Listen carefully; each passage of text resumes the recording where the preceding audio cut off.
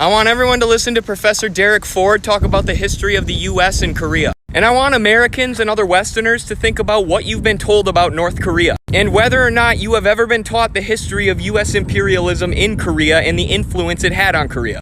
What happened was on that night of April 10th, 1945, Dean Rusk and Charles Bonesteel, who were two junior, Army officers, they went into a room and they took a National Geographic map and they drew a line, across the 38th parallel.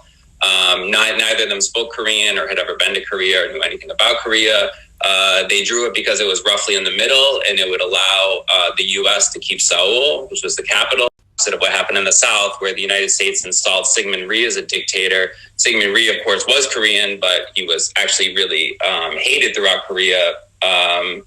And, he was like an Ivy, he had been like, I think he was a Princeton graduate, right? I mean, he had been like Ivy League schools in the United States. So they flew him to Korea and, there's the president. And after that, after the U.S. arbitrarily drew Korea's borders, they proceeded to bomb the northern part of Korea, killing approximately 20% of the population. Were you ever taught that in school, or did they just tell you that North Korea is an evil dictatorship with no freedom, conveniently leaving out the history of imperialism and horrific bombing? Please, stop saying chauvinistic things about Korea and watch this podcast. I'm looking at you, Voosh.